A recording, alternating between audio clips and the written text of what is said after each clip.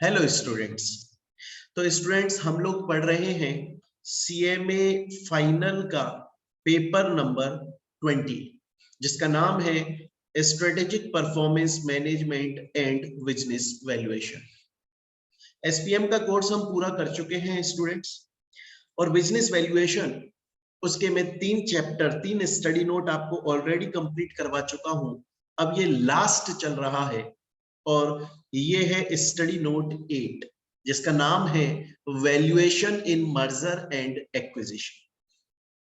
Students, इस chapter को start करने से पहले, इस चैप्टर को पढ़ाने से पहले मैं आप लोगों को समझा देना चाहता हूं कि आखिर इस चैप्टर के अंदर हमें पढ़ना क्या है, ये चैप्टर आखिर बोलता है। देखिए, सबसे पहली बात तो ये चैप्टर हमारे एग्जाम के लिए theory wise plus practical wise दोनों तरीके से इंपॉर्टेंट है। इस चैप्टर में से एग्जाम में थ्योरी और प्रैक्टिकल दोनों से क्वेश्चन आते हैं, ऑल्दो प्रैक्टिकल से ज्यादा आते हैं पर आते थ्योरी से भी। दूसरी चीज, इस चैप्टर के प्रैक्टिकल को समझने के लिए आपको थ्योरी समझनी पड़ेगी। आपको यह समझना पड़ेगा कि आखिर ये चैप्टर क्या है और हम जो भी प्रैक्टिकल सॉल्व करेंगे हम क्यों कर रहे हैं, क्या वजह है। अब समझिएगा, बात आती है मर्जर, चैप्टर बोल रहा है वैल्यूएशन करो मर्जर एंड एक्विजिशन का। देखिए स्टूडेंट्स, इसको कॉर्पोरेट रिस्ट्रक्चरिंग का पार्ट माना जाता है। मर्जर एंड एक्विजिशन, इसका मतलब क्या होता है समझिएगा। पहले मैं आपको इस चैप्टर का इंट्रोडक्शन दूंगा और इस चैप्टर का इंट्रोडक्शन मैं आप लोगों को एक एग्जांपल के थ्रू दूंगा। एक कंपनी है किंगफिशर, और वो किंगफिशर सिक कंपनी है, मतलब लॉस मेकिंग कंपनी है, घाटे में जा रही है, फाइनेंशियल क्राइसिस झेल रही है। पैसा नहीं है यार उस कंपनी के पास में, और क्योंकि उस कंपनी के पास में पैसा नहीं है इसलिए वो कंपनी बंद होने की स्टेज पर आकर खड़ी हो गई। अब वो कंपनी बंद हो जाएगी क्योंकि उस कंपनी के पास में पैसा नहीं है। तो पता चला एक दूसरी कंपनी जिसका नाम है ट्यूबॉक कंपनी, उसको पता लगा कि यार किंगफिशर कंपनी बहुत बढ़िया कंपनी, लेकिन वो फाइनेंशियल क्राइसिस में चली गई है, उसके पास में अब पैसा नहीं है और वो इस स्टेज पर आकर खड़ी हो गई है जहां पर अब वो बंद हो जाएगी। तो ट्यूबॉक ने सोचा कि वो किंगफिशर कंपनी बेकार में बंद हो जाए, इससे बढ़िया, इससे अच्छा क्यों ना मैं उस कंपनी को अपने अंदर मर्ज कर लूं, क्यों ना मैं उस कंपनी को टेक ओवर कर लूं। मर्ज टेक ओवर अलग अलग चीजें हैं, मैं समझाऊंगा आगे, इस चैप्टर में सब समझने को मिलेगा। उसने बोला कि अगर वो किंगफिशर कंपनी बंद हो गई तो बहुत सारे एम्प्लॉइज अनएम्प्लॉयड हो जाएंगे। आज ट्यूबॉक सोच रही है कि आज किंगफिशर कंपनी लॉस में है, चलो मान लिया लॉस में है, लेकिन इसके अंदर इसके असेट्स तो होंगे, इसकी मशीन तो होगी जो मेरे काम आ जाएगी, इसके एम्प्लॉइज तो होंगे जो मेरे काम आ जाएंगे। और ट्यूबॉक कंपनी ने इसको मर्ज कर लिया, इसको अपने अंदर मिला लिया, या इसको परचेज कर लिया, या इसको परचेज कर लिया। तो मुझे बताइए, क्या अब किंगफिशर कंपनी का स्ट्रक्चर चेंज हो गया? हाँ जी सर, स्ट्रक्चर चेंज हो गया। अब किंगफिशर कंपनी रही ही नहीं, अब किंगफिशर कंपनी का नामो निशान खत्म हो गया, क्योंकि वो किंगफिशर कंपनी इस ट्यूबॉक कंपनी में मिल गई। उसके assets, liabilities, profit, losses, share capital, share holder, सब कुछ अब ट्यूबॉक कंपनी के हो गए। किंगफिशर कंपनी खत्म हो गई, उसका नामो निशान नहीं है। ये उसका रीस्ट्रक्चर हुआ। पहले किंगफिशर कंपनी की खुद की आइडेंटिटी थी, अब नहीं है, उसके स्ट्रक्चर से रीस्ट्रक्चर क्या हुआ कि वो खत्म हो गई। ट्यूबॉक कंपनी का भी रिस्ट्रक्चर हुआ। ट्यूबॉक कंपनी का क्या रिस्ट्रक्चर हुआ कि अभी तक सिर्फ वो अपने एम्प्लॉइज के साथ काम करती थी, अभी तक सिर्फ वो अपनी असेट्स और लायबिलिटीज के साथ, अपने प्रॉफिट एंड लॉसेस के साथ काम करती थी, अपनी कैपिटल के हिसाब से काम करती थी। लेकिन अब उसमें किंगफिशर कंपनी मर्ज हो गई, किंगफिशर के भी assets, liabilities, profit losses, share capital, share holder सब कुछ आ गए, मशीन वशीन सब कुछ आ गई, इसका भी रीस्ट्रक्चर हो गया। कॉर्पोरेट मतलब कंपनी, रीस्ट्रक्चर मतलब एक नया स्ट्रक्चर देना। कैसे हो जाता है? अगर एक कंपनी ने किसी दूसरी कंपनी को अपने अंदर मर्ज कर लिया तो रीस्ट्रक्चर, जो मर्ज हुई है वो खत्म हो गई, जिसके अंदर मर्ज हुई है अब वो इसके असेट्स, लायबिलिटी, प्रॉफिट लॉसेस को भी लेकर चलेगा। तो मर्जर से भी रीस्ट्रक्चर हो जाता है, डीमर्जर से भी हो जाता है। मैं समझाऊंगा आगे ब्रीफ में डीमर्जर क्या होता है। डीमर्जर का मतलब होता है कि मर्जर में तो क्या होता है, जैसे सपोज कीजिए किंगफिशर एक कंपनी है, अकेली कंपनी, और वो और उसकी 4 ब्रांचेस हैं। किंगफिशर की 4 ब्रांचेस हैं, 4 सब्सिडरी कंपनी है। मैं बोलूं किंगफिशर ट्यूबॉग में मर्ज हो गई, मतलब चारों की चारों ब्रांच ट्यूबॉग में मर्ज हो गई, मतलब अब किंगफिशर का नामो निशान नहीं है, मतलब किंगफिशर नाम की कोई कंपनी अब इंडिया में नहीं रही। लेकिन वहीं पे मैं बोलूं कि किंगफिशर एक कंपनी है और उसकी 4 सब्सिडरी कंपनी है, उनमें से एक सब्सिडरी ट्यूबॉग में चली गई, तो किंगफिशर के पास में अब उसकी 3 सब्सिडरी बची, क्योंकि एक सब्सिडरी जो है वो ट्यूबॉग के अंदर मर्ज हो गई। इसे डीमर्जर बोलते हैं, जहां पर एक कंपनी की एक या उससे ज्यादा सब्सिडरी कंपनीज, उसका पार्ट उस कंपनी का किसी दूसरी कंपनी के अंदर मर्ज हो जाता है, लेकिन वो कंपनी पूरी तरह खत्म नहीं होती, वो कंपनी लगातार चलती रहती है। मर्जर के अंदर तो पूरी कंपनी चली जाती है, डीमर्जर के अंदर उस कंपनी की कोई एक आध ब्रांच चली जाती है, लेकिन वो कंपनी पूरी तरह बंद नहीं होती। एग्जाम्पल के तौर पे किंगफिशर कंपनी की 4 सब्सिडरी कंपनी है, उसमें से 3 कंपनियां इसके अंदर मर्ज हो गई, एक आज भी चल रही है। ये कॉर्पोरेट रिस्ट्रक्चरिंग कहलाता है। सर हम क्यों पढ़ रहे हैं इसको बिजनेस वैल्यूएशन के अंदर, क्यों पढ़ रहे हैं? हम इसलिए पढ़ रहे हैं, ये तो थ्योरी सब्जेक्ट हो गया सर। नहीं नहीं, आज एक बात बताइए, ट्यूबॉग कंपनी ने जब सोचा कि मैं किंगफिशर को अपने अंदर मर्ज करूं, तो ट्यूबॉग ने हवा में तो नहीं सोचा होगा ना कि किंगफिशर को मैं मर्ज कर लूं। प्रॉपर वैल्यूएशन किया गया होगा, प्रॉपर वैल्यूएशन हुआ होगा, उसके बाद में डिसीजन लिया गया है कि किंगफिशर को अपने अंदर मर्ज कर लिया जाए। क्योंकि ट्यूबॉग ने यह देखा होगा कि मेरा प्रेजेंट में अर्निंग पर शेयर क्या है, इसका प्रेजेंट में अर्निंग पर शेयर क्या है, after the merger earning per share क्या हो जाएगा, क्या मुझे प्रॉफिट होगा, क्या इसको मर्ज करने से इसकी अभी असेट्स क्या है, इसकी अभी लाइबिलिटीज क्या है। कहीं ऐसा तो नहीं है कि किंगफिशर को मैं अपने अंदर मर्ज कर लूं, उतनी असेट्स मुझे ना मिले जितनी मेरे ऊपर लाइबिलिटी आ जाए, क्योंकि किंगफिशर की असेट्स अगर ट्यूबॉग की हो जाएंगी तो लाइबिलिटीज की भी उसकी हो जाएंगी। अब किंगफिशर की लाइबिलिटी ट्यूबॉग को पे ऑफ करनी है, तो ट्यूबॉग पहले वैल्यूएशन करेगा, पहले ट्यूबॉग वैल्यू निकालेगा, पहले वो चेक करेगा क्या मुझे इसके अंदर मर्ज करना चाहिए, अगर मैं मर्ज कर लूंगा तो मुझे कितना फायदा होगा, मुझे कितने प्रॉफिट मिलेंगे, मुझे कितने एम्प्लॉइज मिलेंगे, मुझे कितने असेट्स मिल जाएंगे, मेरा earning per share after the merger कितना हो जाएगा, मार्केट प्राइस पर शेयर कितना हो जाएगा, वो वैल्यूएशन किया जाता है। उसके अलावा मैं आपको इस चैप्टर में आगे बताऊंगा डिटेल में, जब मर्जर होता है ना बच्चों, जब मर्जर होता है तो मर्जर में जैसे ये कंपनी मर्ज हो रही है किंगफिशर ट्यूबॉग में, तो ये कौन सी कंपनी है, ट्रांसफरर, क्योंकि ये मर्ज हो रही है। और ये कंपनी कौन सी है, ट्रांसफरी, क्योंकि इसके अंदर मर्जर हो रहा है। स्टूडेंट्स आपको ट्रांसफरर कंपनी तो खत्म हो जाएगी, किंगफिशर कंपनी तो खत्म हो जाएगी, अब इसके जो शेयर होल्डर्स होंगे वो अब ट्यूबॉग के शेयर होल्डर्स बन जाएंगे। मतलब ट्यूबॉग कंपनी अपने शेयर्स किंगफिशर के शेयर होल्डर्स को इशू करेगी। क्वेश्चन आता है कितने, तो क्वेश्चन आता है कितने। सपोज कीजिए आज किंगफिशर कंपनी का शेयर 5 रुपए का है और ट्यूबॉग कंपनी का शेयर 10 रुपए का है। सपोज कीजिए मैंने किंगफिशर कंपनी का मैं शेयर होल्डर हूं और मैंने इसके 1000 शेयर्स होल्ड किए हुए हैं। अब किंगफिशर कंपनी मर्ज हो रही है ट्यूबॉग में, मतलब मैं अभी तक किंगफिशर का शेयर होल्डर था, मैंने 1000 शेयर होल्ड कर रखे थे ट्यूबॉग के, किंगफिशर के 5 रुपए का एक शेयर। अब मैं ट्यूबॉग का शेयर होल्डर बन जाऊंगा, मतलब ट्यूबॉग कंपनी मुझे अपने शेयर्स इशू करेगी। मर्जर का पार्ट है, ये लॉ का पार्ट है, कानून बोलता है इस बात को, क्योंकि मैं इसका शेयर होल्डर तभी बनूंगा जब ये अपने शेयर्स मुझे दे। कितने शेयर्स, ऐसा तो नहीं है ना मैं ट्यूबो कंपनी से बोल दूं कि मैंने यहां पर 1000 शेयर्स होल्ड करे, तुम भी मुझे 1000 शेयर दे दो, ऐसा थोड़ी होता है। इसकी शेयर प्राइस 5 रुपए लेकिन इसकी तो 10 रुपए, तो कायदे से देखा जाए तो मेरे पास में तो 500 शेयर आने चाहिए।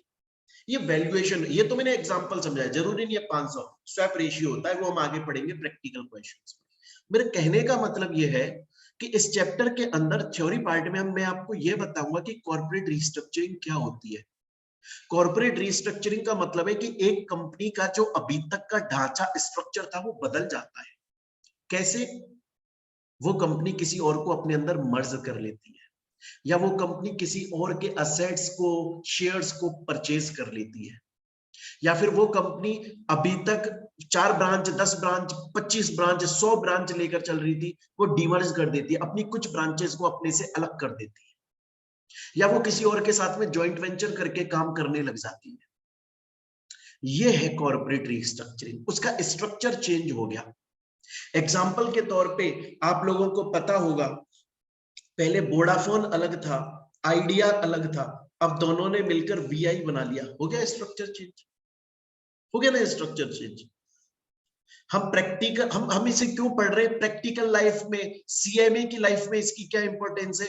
आपको वैल्यूएशन करके बताना है कि फलानी कंपनी को मर्ज करे कि नहीं करे, फायदा होगा कि नहीं होगा, आफ्टर दी मर्जर प्रॉफिट बढ़ेगा नहीं बढ़ेगा, अर्निंग पर शेयर बढ़ेगा नहीं बढ़ेगा, कहीं लाइबिलिटीज तो ज्यादा नहीं हो जाएंगी, ये बताना है आपको। इसलिए हम इसका वैल्यूएशन करेंगे। हम इसमें प्रैक्टिकल क्वेश्चन कैसे आएंगे कि दो कंपनियां मर्ज हो रही हैं, बताओ मर्जर के बाद में अर्निंग पर शेयर कितना निकलेगा, डिटेल दी हुई होगी, आपको पूछेगा अर्निंग पर शेयर कितना निकलेगा, मार्केट प्राइस पर शेयर कितना निकलेगा, स्वैप रेशियो निकालो, PEA price to the earning ratio निकालो, क्वेश्चंस आएंगे आपके पास में। टेक ओवर का होता है, एक कंपनी दूसरी कंपनी को परचेज कर रही है, तो परचेज कर रही है तो इस कंपनी के शेयर होल्डर्स को शेयर्स नहीं दिए जाते, मर्जर में तो शेयर्स दिए जा रहे थे इस कंपनी के शेयर होल्डर्स को, टेक ओवर में पैसा दिया जाता है, पैसा, क्योंकि उसमें खरीदा जाता है। क्वेश्चन ये आता है कि इस कंपनी के शेयर होल्डर्स को कितने रुपए दिए जाएं, कितने रुपए दिए जाएं, वैल्यूएशन करना है बच्चों आपको। तो अभी तक मैंने आपको सिखाया कि स्टडी नोट 8 आखिर हम क्यों पढ़ते हैं, क्योंकि ये बोलता है valuation in merger and acquisition. जब कोई कंपनी, जब दो या उससे ज्यादा कंपनी मर्जर कर रही है, या फिर कोई कंपनी किसी को एक्वायर कर रही है, परचेज कर रही है, तो उस केस में उसका प्रॉपर वैल्यूएशन किया जाता है, उसे बोला जाता है valuation in merger and acquisition. अब देखिए, अगर ये चैप्टर सिर्फ प्रैक्टिकली इंपॉर्टेंट होता तो मैं आपको डायरेक्टली इसके प्रैक्टिकल क्वेश्चंस करवा देता, बट ये चैप्टर तो थ्योरेटिकली भी इंपॉर्टेंट है, इसलिए हम इसकी थ्योरी पढ़ें। तो अब एक बार मैं चैप्टर का आपको थोड़ा सा इंट्रोडक्शन दे देता हूं, हालांकि मैंने इंट्रोडक्शन आपको दे दिया ऑब्वियसली, बट और दे देता। देखिए, हर कंपनी चाहती है कि वो ज्यादा इकोनॉमिकली काम करे, वो ज्यादा एफिशिएंटली काम करे, वो ज्यादा इफेक्टिवली काम करे। ये एक कंपनी की एक्सपेक्टेशंस होती हैं, उसका टारगेट होता है, और इन्हीं टारगेट को, एक्सपेक्टेशंस को अचीव करने के लिए, पूरा करने के लिए वो कंपनी कॉर्पोरेट रिस्ट्रक्चरिंग प्रोसेस का हेल्प लेती है। जैसे एग्जांपल के तौर पे सपोज कीजिए डीएलएफ कंपनी है, डीएलएफ कंपनी के पास में बहुत अच्छी टेक्निक्स है, उसको पता है बिल्डिंग्स कैसे बनाई जाती है, उसको पता है बिल्डिंग्स कैसे बनाई जाती है, उसको पता है प्रॉपर्टीज कैसे बनाई जाती है, रियल एस्टेट सेक्टर का काम कैसे होता है, उसको टेक्निक आती है। पैसा बहुत ज्यादा नहीं है उसके पास, फंडिंग चाहिए उसको, फंडिंग। इसका मतलब वो ज्यादा इकोनॉमिकली काम करना चाहती है। डीएलएफ छोटे लेवल पे काम कर रही है, उसने गुड़गांव को, छोटे लेवल का मतलब मैं ये नहीं बोल रहा कि बहुत छोटा लेवल है, पर कंपनियों के सेंस में, कंपनियां जो हजार लाखों करोड़ रुपए कमाती है, मैं उस सेंस में बात कर रहा हूं, उस सेंस में वो छोटा काम कर रही है। उसने गुड़गांव को नो डाउट धोबी बना दिया, गुड़गांव बहुत ही ज्यादा मॉडर्न है, बहुत ही ज्यादा मॉडर्न है, इसमें कोई शक नहीं है, बट उसे बाहर भी तो आना चाहिए, उसे मुंबई में, बेंगलोर में, पुणे में, बड़ी बड़ी जगह पर, साउथ साइड में बिल्डिंग्स बनानी चाहिए। फंडिंग नहीं है ना, लेकिन वो चाहती तो है ज्यादा इकोनॉमिकली काम करना, ज्यादा एफिशिएंटली काम करना। उसके लिए उसने क्या किया, उसे पता चला रिलायंस जो कंपनी है ना उसके पास में पैसा है और रिलायंस कंपनी फंड लगाने को तैयार है, तो उसने रिलायंस कंपनी के साथ में जॉइंट वेंचर कर ली। डीएलएफ ने रिलायंस के साथ में जॉइंट वेंचर कर लिया और एक नई कंपनी स्टैब्लिश कर दी, उसका नाम रखा DLF Reliance real estate private limited, और साउथ में अब वो बिल्डिंग्स बना रही है। अरे मेरी बात समझ में? तो जब बहुत सारी कंपनीज बड़े पैमाने पे काम करना चाहती हैं, ज्यादा पैसा कमाना चाहती हैं, ज्यादा इफेक्टिवली एफिशिएंटली काम करना चाहती हैं, इसलिए वो कॉर्पोरेट रिस्ट्रक्चरिंग कर देती है, एक दूसरे के साथ मर्जर कर लेती है। बहुत बार इसलिए कर लेती है क्योंकि कोई कंपनी सिक है, बंद होने वाली है, तो प्रॉफिट मेकिंग कंपनी उसको अपने अंदर मर्ज कर लेती है। बहुत बार इसलिए कर लेते हैं कि दोनों कंपनी बढ़िया चल रही है, लेकिन उनको लगता है साथ में मिलकर काम करेंगे तो हम ज्यादा बेहतर अच्छे से काम कर पाएंगे, इसलिए कॉर्पोरेट रिस्ट्रक्चरिंग करते हैं। कॉर्पोरेट का मतलब, कंपनी रिस्ट्रक्चर का मतलब एक नया स्ट्रक्चर देना। और क्यों देते हैं हम नया स्ट्रक्चर? इसलिए देते हैं जिससे हम ज्यादा बेहतर लेवल पे काम कर पाए। अब ये कॉर्पोरेट रिस्ट्रक्चरिंग मर्जर से भी हो सकती है, डीमर्जर से भी हो सकती है, टेक ओवर या एक्विजिशन से भी हो सकती है। सारी बात समझ में आता है? अब देखिए कॉर्पोरेट रिस्ट्रक्चरिंग क्यों करते हैं, मैंने रीजंस भी आपको बताए। बहुत बार तो इसलिए करते हैं इकोनॉमिक रीजन, आप ज्यादा पैसा कमाना चाहते हो, आपको लगता है दो कंपनियां साथ में मिल जाएंगी। मैं समझाऊंगा आपको एक सिनर्जी टॉपिक। सिनर्जी का मतलब क्या होता है? एक और एक 11 बोलते हैं ना। आपका कोई दोस्त होगा, आपका कोई ऐसा हो, आपके पिताजी के साथ आपकी बॉन्डिंग है, सिस्टर के साथ, मम्मी के साथ, भाई के साथ, दोस्त के साथ, गर्लफ्रेंड बॉयफ्रेंड के साथ, वाइफ हस्बैंड के साथ। हो सकता है आपकी कोई इतनी अच्छी बॉन्डिंग हो कि आप बोलते हो जब ये मेरे साथ है ना भाई, तब तो हम एक और एक 11 है, तब तो हमें कोई नहीं हरा सकता। वो सिनर्जी है। सिनर्जी का मतलब है दो लोगों की साथ में एनर्जी आ गई। ये कॉर्पोरेट रिस्ट्रक्चरिंग का पार्ट है। दो कंपनियां अच्छी खासी चल रही हैं, दो कंपनियां बहुत प्रॉफिट मेकिंग कंपनीज है, बढ़िया खेल रही हैं, अपने अपने लेवल पे बहुत बेस्ट चल रही हैं, नो डाउट बहुत अच्छी चल रही हैं, लेकिन उन्हें लगता है अगर हम दोनों साथ में आ गए तो धूम मचा देंगे। एग्जाम्पल, इसका सबसे बेस्ट एग्जाम्पल देता हूं मैं आप। इसका सबसे बेस्ट एग्जाम्पल है बाहुबली। बाहुबली 2। अभी एक मूवी आई थी RRR। देखिए दोनों मूवीज किसने बनाई? राजा मौली जी ने बनाई। स्पेलिंग अगर गलत हो तो माफी चाहूंगा। राजा मौली, MOULI या MOLI कुछ ऐसा होगा, है ना। राजा मौली जी ने बनाई। उन्होंने पैसा भी लगाया होगा, मैं सपोज करता हूं उन्होंने लगाया हो, पैसा लगाया। लेकिन बाहुबली 2 भी उन्हें बड़े स्केल पर बनानी थी, उसमें भी 300-400 करोड़ रुपए समथिंग खर्च कर दिए थे शायद। RRR में तो कर ही दिए थे उन्होंने 500 करोड़ के करीब खर्च। अब आदमी ये सोचता है कि यार मुझे बाहुबली 2 या RRR ये प्रोजेक्ट बहुत बड़े लेवल पे बनाना है, बनाना बड़े लेवल पे, ज्यादा इकोनॉमिकली काम करना है मेरे को, लेकिन मैं अकेला कैसे करूं? तो उसने करण जौहर की जो कंपनी है, मैं नाम भूल गया हूं करण जौहर की कंपनी का, नाम याद नहीं आ रहा है उसकी प्रोडक्शन कंपनी का मुझे। धर्मा धर्मा धर्मा धर्मा प्रोडक्शन, धर्मा प्रोडक्शंस। देखिए धर्मा प्रोडक्शन के अंदर, धर्मा प्रोडक्शन ने बाहुबली 2 में भी पैसा लगाया, RRR में भी पैसा लगाया। मतलब राजामौली और करण जौहर दोनों ने मिलकर इस मूवी को बनाया है, देखा जाए तो प्रोडक्शन के तौर पर। डायरेक्टर राजामौली है। दोनों कंपनियां अच्छी चल रही हैं, राजामौली की कंपनी भी अच्छी चल रही है, ऐसा नहीं है लॉस में जा रही है। करण जौहर की कंपनी धर्मा प्रोडक्शन भी अच्छी चल रही है, ऐसा नहीं है लॉस में जा रही है। पर दोनों को लगा कि अगर हम साथ में मिल जाए तो एक और एक 11 सिनर्जी आ जाएगी, फिर हम बाहुबली 2 प्रोजेक्ट को, RRR प्रोजेक्ट को बड़े लेवल पर बनाएंगे, मजा ही आ जाएगा। इकोनॉमिक रीजंस के लिए भी कॉर्पोरेट रिस्ट्रक्चरिंग करी जाती है, दोनों ने मिलकर जॉइंट वेंचर करके फिल्म बना। बहुत बार इसलिए बनाई जाती है, कोई कंपनी लॉस मेकिंग है वो बंद ना हो जाए, उसे रिवाइव करने के लिए बनाई जाती है। बहुत बार आप एक्वायर कर लेते हो। एग्जांपल में बताता हूं आपको। सपोज करिए एक कंपनी है, एक कंपनी का नाम ले लेते हैं, कोई भी कंपनी ले लीजिए, XYZ company, XYZ company, XYZ limited company. बहुत अच्छी कंपनी है, बहुत प्रॉफिट मेकिंग कंपनी है जी, अट्रैक्टिव कंपनी है, अट्रैक्टिव बोलते हैं लॉ की भाषा में इसको, प्रॉफिट मेकिंग कंपनी है, बेस्ट चल रही है जी। एक दूसरी कंपनी रिलायंस, उसको लगा यार ये XYZ लिमिटेड बहुत अच्छा काम कर रही है, ये बहुत बढ़िया कंपनी है, ये बहुत बेस्ट कंपनी है।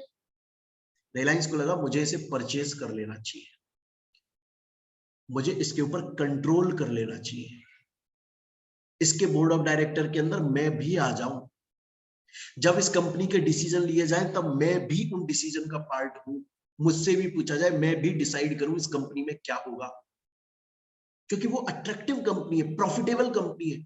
और जो कंपनीज अच्छी चलती है ना, जो कंपनीज प्रॉफिटेबल चलती है, उनको हमेशा एक डर लगा रहता है कि कोई बड़ी कंपनी आके मेरा टेक ओवर ना कर ले, मेरी अंदर कंट्रोल ना ले ले अपना। तो रिलायंस कंपनी को ऐसा लगा XYZ लिमिटेड तो बहुत बढ़िया कंपनी है, अट्रैक्टिव कंपनी है, प्रॉफिट मेकिंग कंपनी है, मुझे इसका टेक ओवर कर लेना चाहिए, मुझे इसका टेक ओवर कर लेना चाहिए। आइए मेरी बात समझ में। तो रिलायंस कंपनी ने XYZ का टेक ओवर कर लिया। क्वेश्चन तो इसलिए तो कॉर्पोरेट रिस्ट्रक्चर हो गया, XYZ के अब शेयर्स रिलायंस के पास में चले गए, रिलायंस इसके बोर्ड ऑफ डायरेक्टर में आ गया, रिलायंस का इसके ऊपर कंट्रोल आ गया, अब रिलायंस इसके डिसीजन ले रहा है। कॉर्पोरेट रिस्ट्रक्चरिंग, स्ट्रक्चर चेंज हुआ दोनों का। क्वेश्चन आता है कि सर जब ये अपने शेयर्स बेचना ही नहीं चाहती तो रिलायंस खरीद कैसे लेगा? अरे इसके शेयर्स किसके पास में है?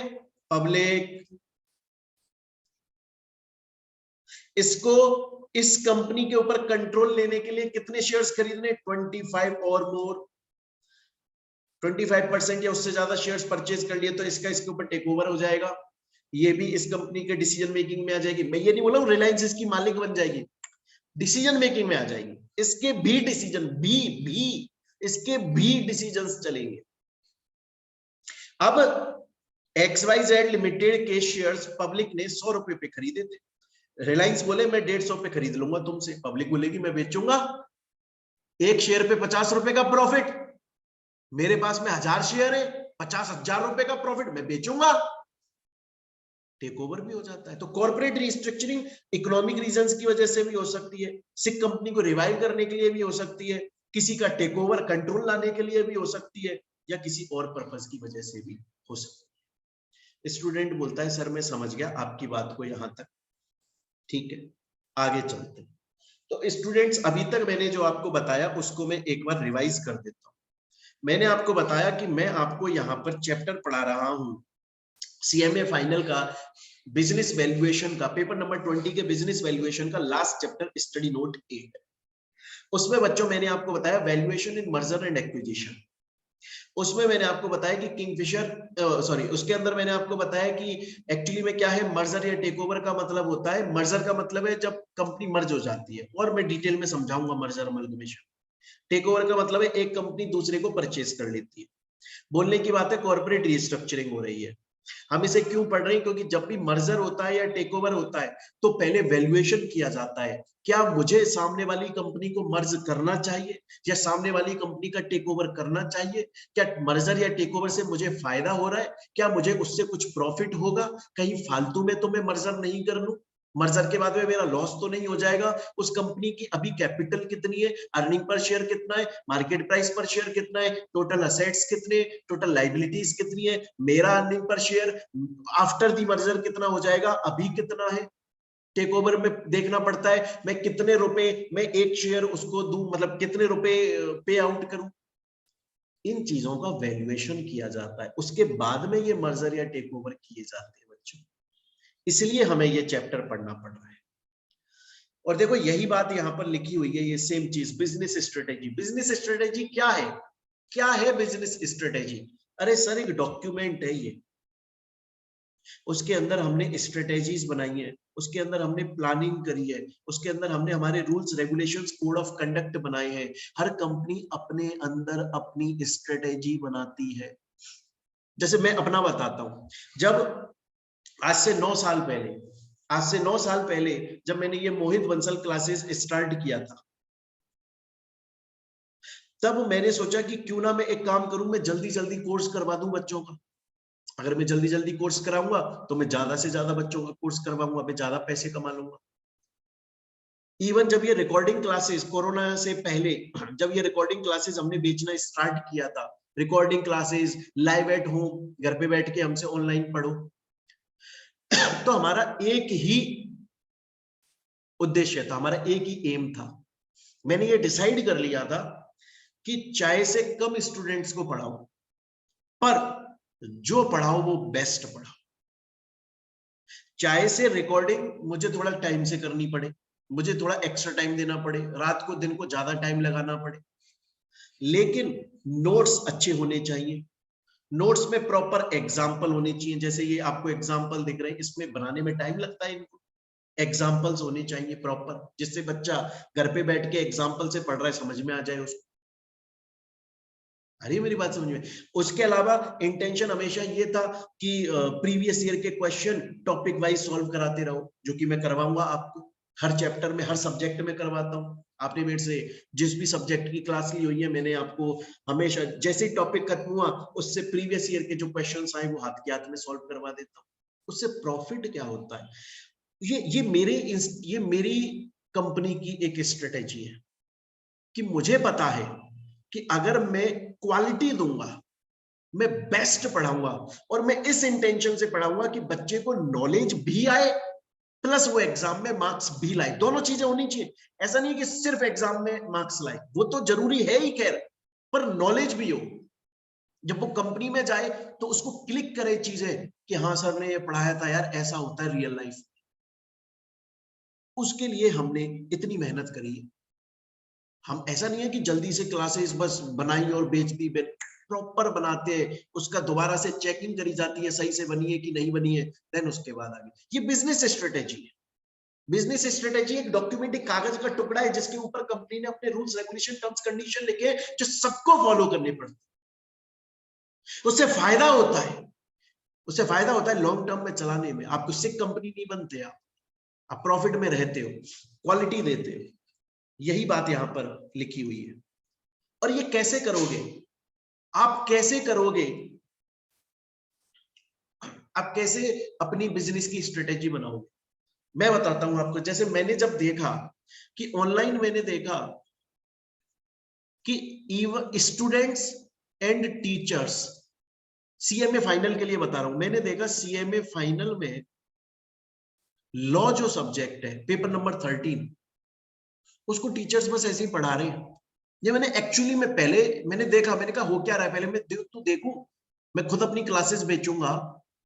उससे पहले हम लाइव पढ़ाते थे, बच्चों को ऑफलाइन पढ़ा रहे थे, लेकिन फिर एकदम से ऑनलाइन का जमाना आया, तो मैंने देखा क्या करना चाहिए नया और बच्चों के लिए प्रॉफिटेबल। तो मैंने एनालिसिस किया। मैंने एनालिसिस में ये पाया कि सभी टीचर्स जो है, जो कहीं के भी है, मैं उनको जानता भी नहीं हूँ, वो शायद मेरे से नहीं जानते हो, वो लोग बस थ्योरी को पढ़ा रहे हैं, थ्योरी को इंग्लिश को हिंदी करके बता रहे हैं। इसलिए मैंने सोचा मैं ऐसा नहीं करूंगा, मैं जो भी चीज थ्योरी का बताऊंगा, ये देखो मैं हर चीज का यहाँ पर एग्जाम्पल लिखा के बताऊंगा बच्चे को, हर चीज का एग्जाम्पल दूंगा, हर एक पैराग्राफ का एग्जाम्पल दूंगा, जिससे बच्चे को ये याद रहेगा, कंसेप्ट क्लियर होगा, उसको उसको समझ में आएगा। मैंने देखा स्टूडेंट भी ऐसे ही कर रहे हैं, जो टीचर थ्योरी की इंग्लिश की हिंदी कर रहा है, स्टूडेंट भी खुश है, स्टूडेंट भी बोल रहा है ठीक है जल्दी जल्दी कोर्स हो रहा है। लेकिन फिर मैंने अपना खुद के लिए मैंने ये डिसाइड किया, एनालिसिस, सबका एनालिसिस करके, कि मैं ऐसा नहीं करने वाला हूँ। मैं थ्योरी को भी प्रैक्टिकल से पढ़ाऊंगा, प्रैक्टिकल की तरह पढ़ाऊंगा, साथ में प्रीवियस ईयर के क्वेश्चन कराऊंगा, हर टॉपिक का साथ में प्रीवियस ईयर का क्वेश्चन सॉल्व करवा दूंगा। उससे फायदा क्या होता है, उससे फायदा ये होता है कि मुझे फायदा हुआ उससे। जब मैंने अपनी क्लासेस को यूट्यूब पे प्रमोट करना स्टार्ट किया और सोशल मीडिया प्लेटफॉर्म पे स्टार्ट किया, मेरे जो स्टूडेंट मेरे से पढ़ते हैं पर्सनली, जब उनको मेरी क्लासेस मिली, तब उन्होंने देखा कि यार ये है हमारे लिए प्रॉफिटेबल। जब हमारी कोचिंग खत्म हो जाएगी, उसके बाद में जब हम घर पे बैठ के क्लासेस से रिवीजन करेंगे, तब यही तो हमें सपोर्ट करने वाला है, ये हमें एग्जाम टाइम पे बताने वाला है, क्योंकि प्रीवियस ईयर क्वेश्चन सॉल्व है इस क्लासेस के अंदर। तब मेरी क्लासेस आप लोगों के पसंद आई, आप लोगों को प्यार दिया और धड़ाधड़ क्लासेस बिकना स्टार्ट हुआ। तो बिजनेस स्ट्रेटेजी, मैंने अपना एक डॉक्यूमेंट बनाया, अपने दिमाग, मैंने अपने लिए एक डॉक्यूमेंट बनाया, मैंने अपने लिए स्ट्रेटेजी बनाई, प्लानिंग बनाई, जो मेरी कंपनी के लिए बहुत जरूरी थी। मुझे मेरी कंपनी को लंबे टाइम तक चलाना था, तो मैंने उसमें 3 स्टेप को देखा। सबसे पहले मैंने एनालिसिस किया कि मुझे करना क्या है, तो मुझे लगा, मैं समझ में आया कि मुझे इस तरीके से पढ़ाना है, हर चीज का एग्जाम्पल देना है, प्रैक्टिकल वे में पढ़ाना है, बच्चों को रटाना नहीं है, कंसेप्ट क्लियर कराने हैं और प्रीवियस ईयर के क्वेश्चन कराने हैं। फिर मैंने चीजों को इंटीग्रेट करा साथ में। मैंने देखा कि चलो लॉ में पढ़ा लूंगा, बिजनेस वैल्यूएशन एसपीएम पढ़ा दूंगा, कॉस्ट एंड मैनेजमेंट ऑडिट पढ़ा दूंगा, लेकिन सीएफआर मैं नहीं पढ़ा सकता, वो तो कोई दूसरा टीचर पढ़ाएगा। तो मैंने उनको इंटीग्रेट करा। मतलब जब मैं किसी कंपनी के साथ, एक कंपनी किसी दूसरी कंपनी के साथ में मर्ज होने वाली है, तो वो इंटीग्रेट, वो देख रही है मैं किसके साथ मर्ज हूं। ऐसा तो नहीं है ना आज कोई कंपनी मर्ज होना चाहती है और वो बस ऐसे मार्केट में खड़ी हो जाएगी कि मैं किसी के लिए साथ भी मर्ज होना तैयार हूं, ऐसा थोड़ी है। वो पहले इंटीग्रेट करेगी, एनालिसिस करेगी कि कौन कौन सी कंपनियां हैं जिनके साथ में मर्ज हो सकते हैं। सपोज करो उसने 6 कंपनियां ढूंढ के निकाली, उसमें से वो इंटीग्रेट करेगी कौन सी कंपनी सबसे बेस्ट है और फिर इंप्लीमेंट कर दिया जाएगा उसको। ये बिजनेस स्ट्रेटेजी। अब इसके बाद में नेक्स्ट बात ये आती है, अब इसके बाद में नेक्स्ट बात ये आती है कि सर ये जो आप हमें इतना बता रहे हो कॉर्पोरेट रीस्ट्रक्चरिंग, ये कितने टाइप की है? देखो ये अलग अलग टाइप की है। एक एक्सपांशन भी है, मैं समझाऊंगा कैसे। एक कॉन्ट्रैक्शन है और एक कॉर्पोरेट कंट्रोल है। इसको छोड़ो, इन दोनों को देखो क्या होता है। एक्सपांशन का मतलब क्या होता है उसे मैं डिटेल में पढ़ाऊंगा। एक्सपांशन का मतलब है कि कंपनी बंद नहीं हुई, कम नहीं हुआ, कुछ कम नहीं हुआ, बढ़ गया, बढ़ गया। और कॉन्ट्रैक्शन का मतलब है कम हो गया। जैसे मैं आपको अब समझाना स्टार्ट करता हूं। सबसे पहले हम देखेंगे अमलगमेशन। लेकिन बच्चों अमलगमेशन स्टार्ट करने से पहले मैं आपको बता दूं हम क्या पढ़ रहे हैं। हम टाइप ऑफ कॉर्पोरेट रीस्ट्रक्चरिंग पढ़ रहे हैं। मैं अब आपको एक चीज और बता दूं बच्चों, भारत के अंदर मर्जर और अमलगमेशन दोनों शब्दों में कोई डिफरेंस नहीं है। दोबारा बोल रहा हूं, इंडिया के अंदर मर्जर और अमलगमेशन में कोई डिफरेंस नहीं है। क्या सर कहीं बाहर है डिफरेंस? हाँ जी बाहर है।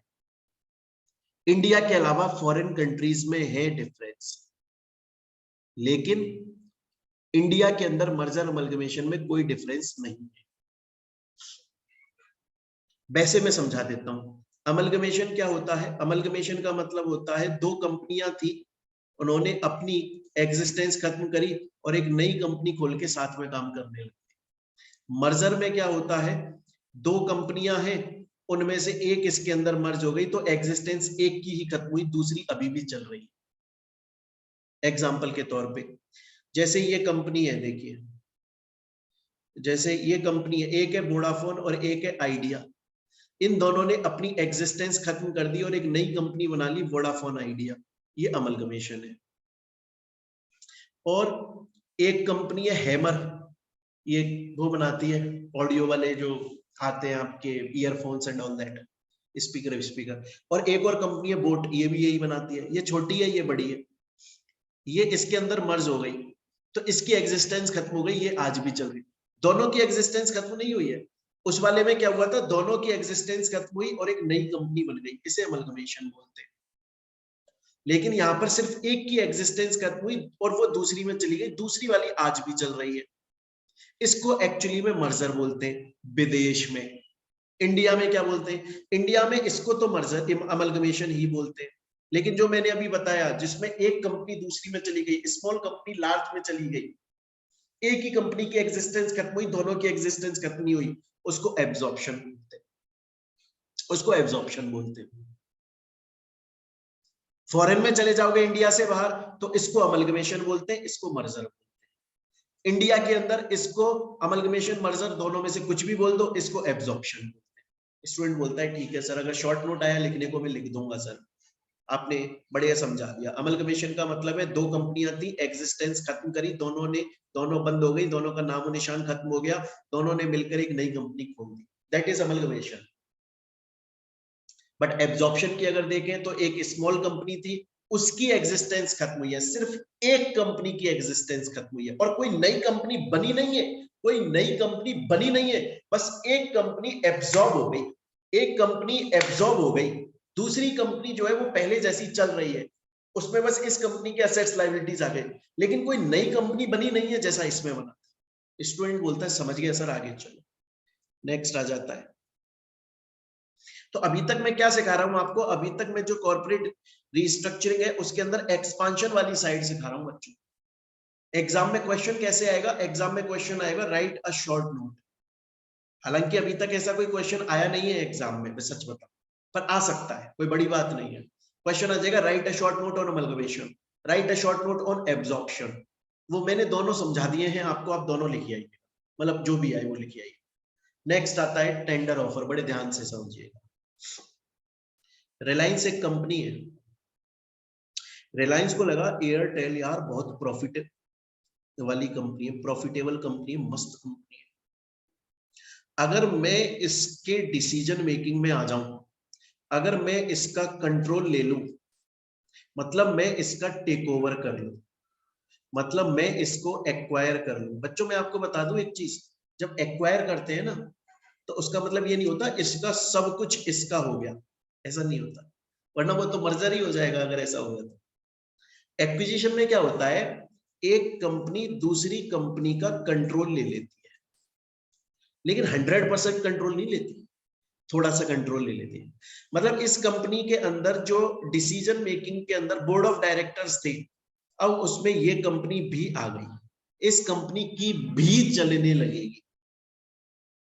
अगर ये कंपनी इस कंपनी के 25% या उससे ज्यादा शेयर्स खरीद ले तो ये इसका टेक ओवर कर लेगी, इसका इस पे कंट्रोल आ जाएगा, लेकिन कंप्लीटली नहीं आ जाएगा, ये इसके डिसीजन मेकिंग में पार्ट लेगी। अब रिलायंस को एक दिन लगा एयरटेल कंपनी बड़ी प्रॉफिटेबल कंपनी और मुझे इसका मर्जर करना चाहिए, मुझे इसको परचेज कर लेना चाहिए, तो ये टारगेट कंपनी बन गई और ये बन गया एक्वायरर। ये कौन बन गया, एक्वायरर। तो एक्विजिशन पर्पस के लिए अब रिलायंस को एयरटेल के शेयर्स चाहिए। अगर रिलायंस के पास एयरटेल के 25% या उससे ज्यादा शेयर्स आ जाए तो इसका इसके ऊपर कंट्रोल हो जाएगा, इसका इसके ऊपर कंट्रोल हो जाएगा। अरे मेरी बात यहां तक समझ में। और अगर 25% शेयर्स खरीदने तो इसके शेयर्स किसके पास में है, पब्लिक के पास, तो ये किसको ऑफर देगा, पब्लिक को ऑफर देगा। सपोज करो पब्लिक ने एयरटेल के शेयर 100 रुपए में खरीदे थे, तो ये ऑफर देगा कि मैं आपसे 150 रुपए में खरीद लूंगा एक शेयर, एक शेयर पे 50 रुपए का प्रॉफिट पब्लिक बेच देगी। पब्लिक को पता कैसे लगेगा कि रिलायंस हमसे एयरटेल के एक शेयर को 150 रुपए पे खरीदने को तैयार है, रिलायंस टेंडर लाएगा। सर इसको और सिंपल भाषा में बोलो, एडवर्टाइजमेंट लाएगा, मार्केटिंग करेगा। सर कहां पे करेगा, न्यूज़पेपर में करेगा, स्टॉक एक्सचेंज पे भी कर सकता है और अपनी वेबसाइट पे कर देगा। That is tender offer, that is tender offer. क्यों कर रहा है, क्योंकि इसको इसका कंट्रोल चाहिए। क्यों चाहिए, क्योंकि ये प्रॉफिटेबल कंपनी है, कल को ये बड़ी बन जाएगी, तो ये चाहता है जब ये बड़ी बने तब मेरा भी इसके ऊपर अधिकार है। अरे मेरी बात यहां तक समझ में आपको बच्चों, ये टेंडर ऑफर, ये भी किस चीज के लिए है, ये भी आप देखिए, इसमें भी क्या हो रहा है, एक्सपांशन हो रहा है। ये एक्सपांशन के अंदर 3 पढ़ लिए हमने अभी तक एक्सपांशन में। अगर एग्जाम में क्वेश्चन आ जाए कि कॉर्पोरेट रिस्ट्रक्चरिंग का जो एक्सपांशन है उसके अंदर क्या क्या है, अमलगमेशन है, एब्जॉर्प्शन है, टेंडर ऑफर है। एक आ जाता है असेट एक्विजिशन। असेट एक्विजिशन जो है उसका मतलब क्या है, बड़ा सिंपल है। असेट एक्विजिशन का मतलब है कि एक कंपनी दूसरी के असेट्स को खरीदती, एक कंपनी दूसरे के असेट्स को खरीदती। जैसे मैं आपको बताऊं, पहले आपने देखा होगा एक कंपनी थी जिसका नाम था लैक्मे, एक कंपनी थी जिसका नाम था लैक्मे। लैक्मे के बड़े ब्रांडेड प्रोडक्ट्स आते थे, अब भी आते हैं। बीच में बहुत फेमस हो गई थी लैक्मे, ये अपने मॉडलिंग के शोज भी कराने लग गई थी, अब भी कराती होगी।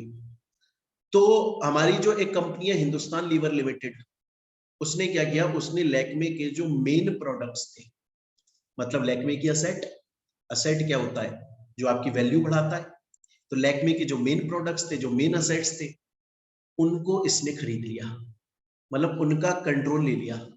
मतलब आज लैक्मे के जो मेन प्रोडक्ट्स हैं उनके ऊपर हिंदुस्तान लीवर लिमिटेड का नाम लिखा हुआ आता है। माना जाता है ये इसके प्रोडक्ट्स में। असेट एक्विजिशन, आप सिर्फ असेट का एक्विजिशन कर रहे हो, सिर्फ असेट का एक्विजिशन, सिर्फ असेट का, लाइबिलिटीज का नहीं कर रहे हो, सिर्फ असेट का एक्विजिशन। आ रही है मेरी बात समझ में? नेक्स्ट, जैसे मैं आपको इसका और एग्जांपल देता हूं। एक बार की बात है, बहुत पुरानी बात है, ये कोई 12-13 साल हो गए इस बात को। हम जयपुर में पढ़ाते थे, तो जैसे मान लो हम जिस इंस्टीट्यूट में पढ़ा रहे थे 7 फैकल्टीज थी, बड़ी बड़ी फैकल्टी थी, जयपुर की नामी फैकल्टीज थी। और एक दूसरा इंस्टीट्यूट था जो साइंस का था, एक्चुअली में बहुत ही बड़ा इंस्टीट्यूट था, पैसे वाला। वो कॉमर्स स्ट्रीम में आए थे नए नए, तो उन्होंने यहाँ से हमको ऑफर दिया कि आप हमारे पास में आ जाइए और हमारे अंडर में पढ़ा लीजिए, मतलब हमारी तो कंपनी है, अब हमारे यहाँ पर एज ए जॉब कर लीजिए, पढ़ाइए, जाइए, सब टेंशन हमारी, और आपकी मोटी सैलरी देंगे। हमने मना करा, लेकिन उन्होंने इतना बढ़िया ऑफर दिया ना पैसे का, कि हमने सोचा यार कर लेते, इतना लंबा पैसा मिल रहा है। बहुत पुरानी बात है ये। तो हमने बोला कैसे होगा, कैसे करना है ये सब? तो उन्होंने बोला कि आपकी टोटल फैकल्टीज कितनी है? हमने बोला 7 फैकल्टीज हैं जो पढ़ा रही है। बोले सर इन 7 में से आप उसको ले आइए जिसके नाम से बच्चा आता है, जो आपकी असेट है, जिसके ना होने से मामला खराब हो जाएगा, अब उसको लेकर, और जिसके ना होने से कोई फर्क नहीं पड़ता उसको छोड़ो, हमें सिर्फ असेट चाहिए। इन्होंने बोला हमें सिर्फ असेट चाहिए। हमने बोला यार ऐसे कैसे होगा, हमारे तो 7 फैकल्टीज हैं, वो बेचारी 3 फैकल्टीज हैं जिनका नाम चलता है, हम 3 थे लोग, हमें कहा हमारा नाम चलता है, बाकी के लोग अभी उनका इतना नाम नहीं चलता है। बोले उनको हम कुछ पैसा ऐसा देके कहीं पे छोटी मोटी जॉब करवा देंगे, या हमारे अंडर में ही कर लेंगे, थोड़ा कम दे देंगे पैसा, बट जो आप हमारी मेन असेट है हमें तो वो चाहिए, असेट एक्विजिशन। और इसके बाद में नेक्स्ट बात करूं तो एक होता है जॉइंट वेंचर। जॉइंट वेंचर मैंने अभी अभी समझाया आपको, एक लाइव एग्जांपल देता हूं। मैं काम किया करता था काफी साल पहले एक कंपनी में, उसका नाम है ल्यूमैक्स कंपनी, न्यू दिल्ली के अंदर है ये कंपनी। ये कंपनी ऑटोमोबाइल्स, जो गाड़ियां होती है ना, उनके हेडलाइट, टेल लैंप्स, ये सब बनाती है। और एक जापान की कंपनी है जिसका नाम है स्टैनले, बहुत फेमस कंपनी है स्टैनले इलेक्ट्रिक, ऐसे करके कुछ नाम। अब ल्यूमैक्स के पास में खुद की टेक्निक नहीं थी बनाने की। ये क्या करती थी, यहाँ से मंगवाती थी और यहाँ पर बेचती थी, बीच में कमीशन खाती थी। फिर इसने सोचा क्यों ना मैं इंडिया के अंदर खुद ही मैन्युफैक्चरिंग करने लग जाऊं। तो इसने इस स्टैनले के साथ में एक जॉइंट वेंचर कर लिया और इन्होंने एक नई कंपनी खोली इंडिया में, जिसका नाम रखा गया स्टैनले ल्यूमैक्स इलेक्ट्रिक फलाना ढीकना limited. That is joint venture. अब स्टूडेंट बोलता है सर यही तो आपने मर्जर में पढ़ाया था। हाँ पढ़ाया था, पर कुछ कंडीशंस है बच्चों। अगर आपने वो कंडीशन पूरी कर दी तो वो मर्जर कहलाएगा, अगर आपने वो कंडीशन पूरी नहीं करी तो वो जॉइंट वेंचर कहलाएगा। सर क्या कंडीशन है, वो मैं थोड़ी बहुत बता दूंगा, आपके काम की चीज नहीं है। जब आप अगर आईसीएस कंपनी सेक्रेटरी कोर्स करोगे, सीएमए होकर सीएस करोगे तो पढ़ाने की जरूरत। तो स्टूडेंट्स अभी तक मैंने क्या पढ़ाया? अभी तक मैंने आप लोगों को पढ़ाया कि आपका जो चैप्टर है उसका नाम है valuation in merger and acquisition, study note 8 CMA final paper number 20 business valuation का लास्ट चैप्टर। इंपॉर्टेंट है, थ्योरी और प्रैक्टिकल दोनों से। ज्यादा प्रैक्टिकल आता है, थ्योरी बहुत कम आती है, लेकिन आती है। मर्जर एक्विजिशन ये क्या है? ये एक्चुअली में कॉर्पोरेट रिस्ट्रक्चरिंग के पार्ट है। कॉर्पोरेट रिस्ट्रक्चरिंग क्या है? कंपनी का अभी जो स्ट्रक्चर है उसको नया स्ट्रक्चर दे देना। कैसे दे देते? मर्जर कर लो। अगर आपने मर्जर कर लिया तो एक कंपनी खत्म हो जाएगी और उसका सब कुछ दूसरी में आ जाएगा, तो वो वाली कंपनी लगातार अब चलेगी, तो उसका नया स्ट्रक्चर बन गया ना। अभी तक वो अकेली चल रही थी, अब उसका दूसरे लोगों, दूसरी कंपनी के असेट्स लायबिलिटी सब आ गए, अब उनको लेकर चले। डीमर्जर कर दो।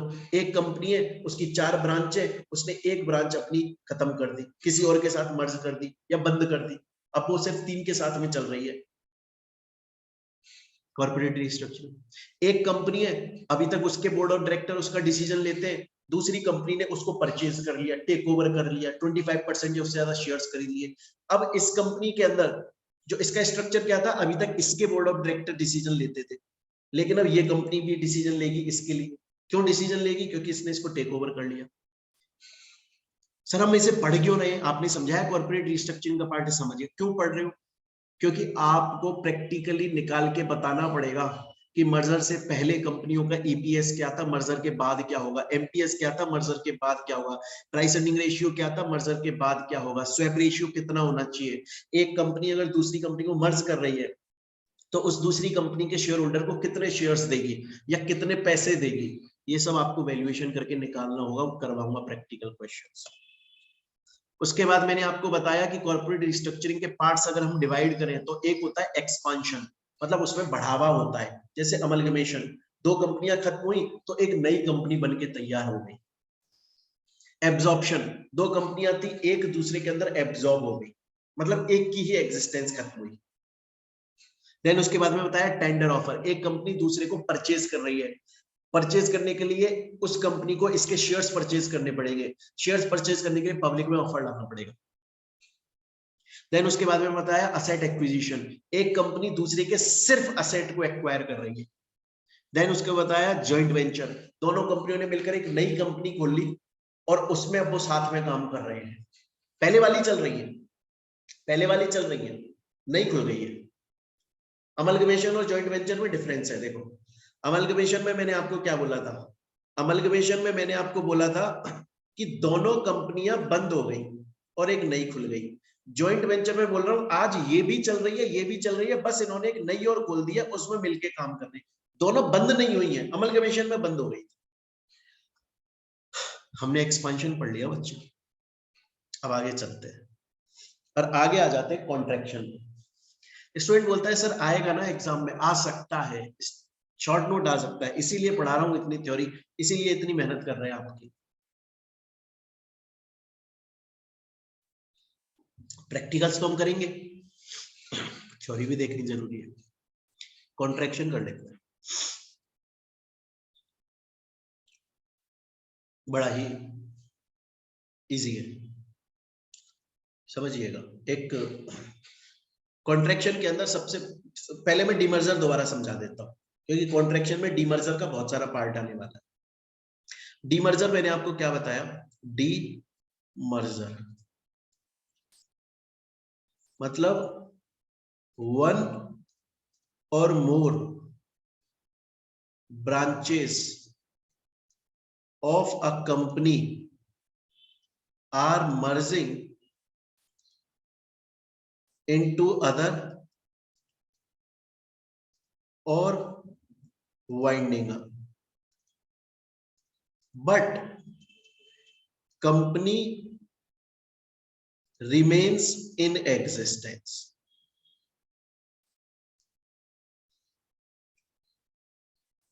सपोज कीजिए एक कंपनी है, उसका नाम है एबीसी। अब मैं क्वेश्चन पूछूंगा, एबीसी की 4 ब्रांचेस हैं, मैं आपसे बोल रहा हूं वो चारों की चारों ब्रांचेस XYZ के अंदर जा रही हैं, आप क्या बोलोगे उसे? मर्जर। मैं आपसे बोल रहा हूं उस एबीसी की 1 या 2 या 3 ब्रांचेस XYZ के अंदर जा रही है, लेकिन एक आध बची हुई है, सभी नहीं जा रही है, आप क्या बोलोगे उसे? डीमर्जर। डीमर्जर के अंदर कंपनी की एग्जिस्टेंस खत्म नहीं होती, कंपनी लगातार चलती रहती। डीमर्जर के अंदर एग्जिस्टेंस खत्म नहीं होती। स्टूडेंट बोलता है सर समझ गया मैं आपकी बात, डीमर्जर के अंदर कंपनी चलती है। चलिए अब हम कॉन्ट्रैक्शन के अंदर फर्स्ट पॉइंट पे आ जाते हैं, स्पिन ऑफ। बड़े ध्यान से सुनिएगा, एग्जाम्पल मैंने यहाँ पे लिखा हुआ है और मैं बोल सुना भी देता हूं। मैंने आपको बोला ल्यूमेक्स कंपनी के बारे में कि मैं इसमें जॉब करता था। ल्यूमेक्स कंपनी बहुत सारे काम करती थी। एक काम, मेन काम तो मैंने आपको बताया कि जो गाड़ियां होती हैं उनकी जो हेडलाइट होती है और पीछे की टेल लैम्प्स जो होती है उनको बनाने का काम करती थी। उनके अलावा ये टूर एंड ट्रेवल्स का काम भी करती थी, और टिकट विकेट बुक करने का, जैसे आपका ये GoIbibo और यात्रा.com, मेक माई ट्रिप, ऐसा करती थी। और भी बहुत सारे काम करती, बहुत सारे 6-7 काम थे इसके। किस नाम पे करती थी? अपने नाम पे, ल्यूमेक्स इंडस्ट्रीज लिमिटेड, इस नाम से सब काम करती थी। अब बताए जो इन्वेस्टर था ना, वो ऐसा सोचता था कि यार ये कंपनी एक काम करती है, हेडलाइट बनाती है, ठीक है, टेल लैंप्स बनाती है, ठीक है, टूर एंड ट्रेवल भी कराती है, यही करा देती है, यही और भी इलेक्ट्रिक का काम भी कर रही है, पानी का काम भी कर रही है, फलाना ढीकना काम भी कर रही है, अकेली एक कंपनी 10-10 काम कर रही है, कमाल है जी। इन्वेस्टर इन्वेस्ट नहीं करते थे, डर जाता है ना आदमी, आदमी डर जाता है। आज अगर सपोज कीजिए एक टीचर आपको सभी सब्जेक्ट, एक टीचर आपको 2-3-4 सब्जेक्ट पढ़ा रहा है, मानते हैं चलो होता है इतना टैलेंट, लेकिन एक टीचर आपको सभी सब्जेक्ट पढ़ा रहा है तो स्टूडेंट घबरा जाता है कि यार मैं पढ़ूं इससे कि नहीं, सभी पढ़ लूं क्या, मतलब सभी में बेस्ट होगा क्या, ये डर जाता है आदमी। तो ऐसा हो रहा था ल्यूमेक्स के साथ। तो ल्यूमेक्स ने दिमाग लगाया और ल्यूमेक्स ने क्या किया, ल्यूमेक्स ने एक अपनी सब्सिडरी खोल दी। मतलब अपने जो अभी तक वो सब काम खुद कर रही थी, अब उसने अपने टूर एंड ट्रेवल वाले काम के लिए अपनी सब्सिडरी खोल दी जो 100% उसके कंट्रोल में थी। मतलब बात तो वही हुई, पहले टूर एंड ट्रेवल का काम खुद ल्यूमेक्स कर रहा था, अब उसने अपनी एक सब्सिडरी खोल दी, उसके नाम पे काम कर रहा है, लेकिन वो सब्सिडरी 100% उसी की है, सिर्फ उसी की शेयर होल्डिंग है, सिर्फ उसी की डिसीजन मेकिंग चलेगी उस सब्सिडरी में। उसने स्पिन ऑफ कर दिया। ये डीमर्जर तो हुआ, डीमर्जर तो हुआ क्योंकि उसके अंदर से एक पार्ट गया है, उसके टूर एंड ट्रेवल वाले असेट्स तो उससे अलग हो गए, उसकी टूर एंड, जैसे सपोज कीजिए आज मेन ल्यूमेक्स इंडस्ट्रीज की कैपिटल थी 100 करोड़, लेकिन उसमें से 25 करोड़ टूर एंड ट्रेवल वाले का पार्ट था, लेकिन वो अभी तक इसी के अंडर में काम कर रहा था तो टोटल 100 करोड़ बोला जाता था। अब ये अलग हो गए ना, जैसे एक फैमिली है, सपोज कीजिए एक फैमिली है कोई, जैसे जैसे मैं एग्जांपल के तौर पर बताऊं, एक फैमिली है, मान के चलिए देओल फैमिली है, उसमें धर्मेंद्र, सनी देओल, बॉबी देओल सब साथ में है, तो उनकी टोटल अर्निंग है मान लो 1000 करोड़ रुपए अभी तक की, लेकिन बॉबी देओल को अब अलग कर दिया जाता है, भले से वो इनके कंट्रोल में है लेकिन अलग कर दिया जाता है, और वो अपना हिस्सा लेकर चला गया 250 करोड़ रुपए। तो रिस्ट्रक्चर तो हुआ ना, डीमर्जर तो हुआ ना, आपका एक पार्ट आपसे अलग तो हुआ ना, चाहे से वो आपके कंट्रोल में है आज भी, अलग तो हुआ ना एक बार के लिए। ऐसा ल्यूमेक्स ने किया क्योंकि ल्यूमेक्स बहुत सारे काम कर रही थी, तो इन्वेस्टर को ऐसा लगता था कि यार मैं इन्वेस्ट करूं कि नहीं करूं, ये कंपनी एक ही नाम से काम कर रही है, तो लोगों को चकमा देने के लिए कि सब कुछ मेरे कंट्रोल में भी रहे, क्यों ना मैं एक सब्सिडरी खोल दूं और उस सब्सिडरी के नाम पे टूर एंड ट्रेवल वाला काम करने लग जाऊं, जिससे लोगों को लगेगा ये सब्सिडरी कंपनी तो सिर्फ टूर एंड ट्रेवल का काम करती है, इसमें इन्वेस्ट कर लेते हैं क्योंकि ये सिर्फ इसी पे ध्यान देती है, अच्छा काम कर रही होगी। ये स्पिन ऑफ होता है, ये स्पिन ऑफ होता है। अरे मेरी बात समझ में, यहां तक मेरे ख्याल से आपको बात समझ में आई होगी। लेकिन सोचिए, लेकिन बच्चों सोचिए, अगर ल्यूमेक्स ने अपनी एक सब्सिडरी बनाई टूर एंड ट्रेवल के लिए, और पहला क्वेश्चन उसमें 100% अपनी ओनरशिप रखी, मतलब ये subsidiary wholly owned subsidiary company है, उसे हम स्पिन ऑफ बोलते हैं। दूसरा क्वेश्चन 100% नहीं रखी, 51% या उससे ज्यादा रखी, लेकिन 100% नहीं रखी, कुछ शेयर्स पब्लिक को भी दे दिए, हम उसे इक्विटी कार्व आउट बोलते हैं। इतना सा डिफरेंस है, अब आपको समझ में आ जाना चाहिए मेरे ख्याल से।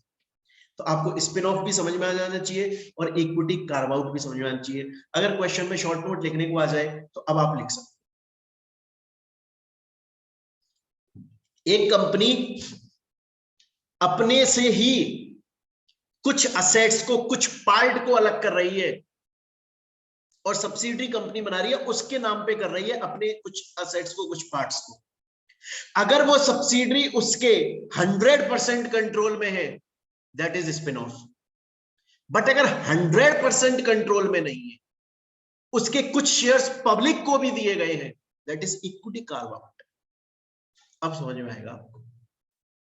अब चलते हैं आगे। अब बात आ जाती है स्प्लिट अप। सर ये स्प्लिट अप का मतलब क्या हो जाता है? अरे स्प्लिट अप का मतलब हो जाता है कि एक कंपनी है, रिलायंस, और वो दो काम कर रही है। एक काम तो कर रही है ऑयल का, और एक काम कर रही है प्लास्टिक का। उसने क्या करा, दो कंपनियां बना दी अलग, जिस अभी तक वो अपने नाम से काम कर रही थी दोनों। अब क्या हुआ है, एक अलग कंपनी बन गई, एक अलग कंपनी बन गई। ये ऑयल का काम करती है, ये प्लास्टिक का काम करती है, और ये पेरेंट कंपनी खत्म हो गई। That is split up. आ गया समझ में? चलिए, देन इसके बाद में सब इजी इजी सा दिया हुआ है। एक दिया हुआ है डाइवर्सिटी। इसका एक्चुअली में अगर मैं मीनिंग समझाऊं, वैसे यहाँ पर जो लिखा हुआ है उसका मतलब ये है कि कंपनी का कुछ हिस्सा पब्लिक को दे दिया जाता है। एक्चुअली में मैं आपको बताऊं तो ये होता है, एक कंपनी है कोई, उसमें गवर्नमेंट की होल्डिंग है, मतलब वो गवर्नमेंट कंपनी है। गवर्नमेंट कंपनी कौन होती है, लॉ में पढ़ाया था। अगर किसी कंपनी के अंदर गवर्नमेंट की होल्डिंग 51% या उससे ज्यादा है, वो गवर्नमेंट कंपनी है। अब वो कंपनी क्या कर रही है, गवर्नमेंट की जो होल्डिंग है ना, उसको पब्लिक को दे रही है। पब्लिक से बोल रही है तुम आ जाओ, तुम कर लो शेयर्स होल्ड। गवर्नमेंट वाले, जो गवर्नमेंट ने होल्ड किए उनको तुम कर लो। मतलब गवर्नमेंट की होल्डिंग 51 से कम हो जाएगी, मतलब वो कंपनी अब गवर्नमेंट कंपनी नहीं रहेगी। दैट इज, आइए मेरी बात समझे। फिर असेट सेल, वो सेम चीज है, ये इंपॉर्टेंट नहीं है। नेक्स्ट आ जाते हैं कॉर्पोरेट कंट्रोल पे। इसका मतलब क्या होता है, इसका मतलब होता है कि एक कंपनी है, एग्जांपल के तौर पे एयरटेल कंपनी है। अभी तक वो स्टॉक एक्सचेंज के ऊपर लिस्टेड है, लेकिन वो अब स्टॉक एक्सचेंज से खत्म हो रही है। अब वो स्टॉक एक्सचेंज पे लिस्टेड नहीं रहेगी, दैट इज अनलिस्टेड। सर इससे क्या फर्क पड़ा, जब वो स्टॉक एक्सचेंज के ऊपर लिस्टेड थी ना, तो उसके शेयर्स किसके पास में थे, पब्लिक के पास। जब शेयर्स, आपको इतना पता होगा, शेयर जब पब्लिक के पास जाते हैं तो वोटिंग राइट भी जाते हैं। मतलब इस कंपनी के अंदर जब डिसीजन लिए जाते थे, तो किसकी मर्जी पे लिए जाते थे, पब्लिक। अगर वो वोट देती थी ये काम करो तो होता था, नहीं तो नहीं होता था। आज कंपनी अनलिस्ट हो गई। एक्चुअली में से डीलिस्ट बोलते हैं, वैसे तो अनलिस्ट नहीं बोलते, बट ठीक है, आपके स्टडी मटेरियल में लिखा हुआ है, इसलिए एग्जाम में क्वेश्चन अनलिस्ट से आ गया तो आप कंफ्यूज ना हो। एक्चुअली में डीलिस्ट बोलते हैं वैसे इसको। अब एयरटेल कंपनी स्टॉक एक्सचेंज पे लिस्टेड थी, उसके शेयर्स पब्लिक के पास में थे, मतलब पब्लिक के पास वोटिंग राइट्स थे। मतलब एयरटेल कंपनी में क्या होगा ये पब्लिक डिसाइड करती थी। एयरटेल ने सोचा नहीं भैया मैं खुद डिसाइड करूंगा, इसलिए वो स्टॉक एक्सचेंज से अब हट रही है। अब वो स्टॉक एक्सचेंज पे लिस्टेड नहीं रहेगी। इसका मतलब क्या है, इसका मतलब है वो पब्लिक से अपने शेयर्स को बायबैक कर रही है, वापस खरीद रही है। तो जब पब्लिक एयरटेल के शेयर्स एयरटेल को वापस देगी, तो वोटिंग राइट्स भी एयरटेल के पास में आ जाएंगे। अब एयरटेल का डिसीजन कौन लेगा, वो खुद। लेकिन ये कैसे किया, हुआ तो ये बाईबैक, लेकिन ये बाईबैक स्टॉक एक्सचेंज के थ्रू किया गया, तो हमने इसे गोइंग अनलिस्टेड बोल दिया। अगर ऐसा नहीं बोलते तो ये सिंपल बाईबैक बोला जाता। तो स्टूडेंट बोलता है अब यहां तक मेरे को बात समझ में आ गई सर, यहां तक मैं समझ चुका हूं, लेकिन सर मेरे माइंड में एक डाउट है सर, और वो डाउट ये है, मैंने ऐसा सुना है सर बहुत बार कि एक रिवर्स मर्जर नाम की चीज होती है। एक रिवर्स मर्जर होता है, वो क्या होता है, देखिए मैं समझा देता हूँ रिवर्स मर्जर क्या होता है। नॉर्मली क्या होता है, ज्यादातर क्या होता है, ज्यादातर ज्यादातर ऐसा होता है, हमेशा ज्यादातर ऐसा होता है, कोई लॉस मेकिंग कंपनी है, सिक कंपनी है, प्रॉफिट नहीं है उसके अंदर, पैसा नहीं है उसके अंदर, वर्किंग कैपिटल नहीं है उसके अंदर, तो वो बंद हो जाएगी।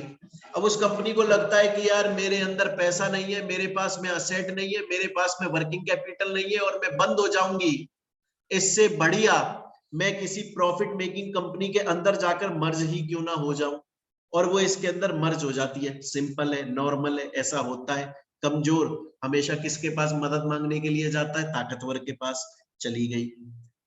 लेकिन अगर मैं कहानी को उल्टा कर दूं तो एक कंपनी है जो प्रॉफिट मेकिंग कंपनी है, बहुत बढ़िया कंपनी है, बहुत अच्छी खासी चल रही है, उसके पास में खूब पैसा है, उसे कोई प्रॉब्लम नहीं है, लेकिन वो अपनी एग्जिस्टेंस खत्म करके लॉस मेकिंग पे मर्ज हो रही है। उसने अपना अस्तित्व, अपनी आइडेंटिटी, अपना एग्जिस्टेंस खत्म कर दिया और वो लॉस मेकिंग के अंदर मर्ज हो गई। क्यों? इसे रिवर्स मर्जर बोलते हैं। गाड़ी उल्टी चल रही है, गाड़ी उल्टी चल रही है, अमीर आदमी गरीब से मदद मांग रहा है, गाड़ी उल्टी चल रही है। Profit making company loss making में मर्ज हो रही है। प्रॉफिट मेकिंग कंपनी जिसकी इज्जत है, जिसकी गुडविल है, जिसके नाम से पैसा कमाती है, वो अपना नाम खत्म करके लॉस मेकिंग में जा रही है, मर्ज हो रही है। क्यों कर रही है सर? 2 वजह हो सकती है। कौन कौन सी वजह हो सकती है सर? एक तो वजह हो सकती है कि इस प्रॉफिट मेकिंग कंपनी के अंदर बहुत प्रॉफिट हो गया है, बहुत ज्यादा प्रॉफिट हो गया है, उसकी वजह से टैक्स भी बहुत ज्यादा लग रहा है। तो इस प्रॉफिट मेकिंग ने सोचा कि यार मेरे ऊपर टैक्स बहुत ज्यादा लग जाएगा, तो क्यों ना मैं खुद को लॉस मेकिंग के अंदर मर्ज कर दूं।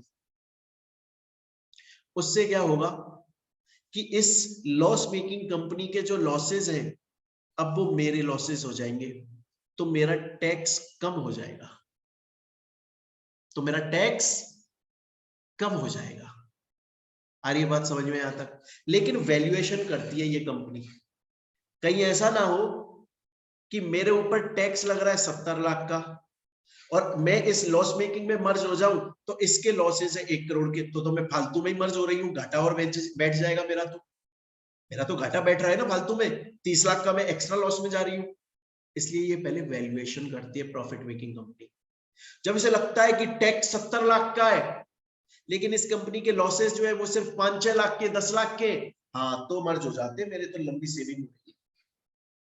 या तो ऐसा, इसलिए रिवर्स मर्जर करते हैं, या फिर बच्चों इसलिए भी करते हैं कि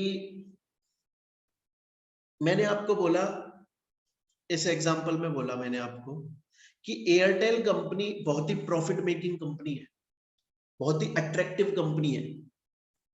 उसको ऐसा लग रहा है कि यार ये रिलायंस कहीं मेरा टेक ओवर ना कर ले। अब देखिए एक टेक ओवर तो वो होता है जो मर्जी से किया जाता है, मतलब रिलायंस एयरटेल के पास ऑफर लेकर जाती है और बोलती है कि मैं आपको खरीद लूं, मैं कर लूं टेक ओवर आपका। एयरटेल बोलती है कर लो, इसे फ्रेंडली टेक ओवर बोलते हैं।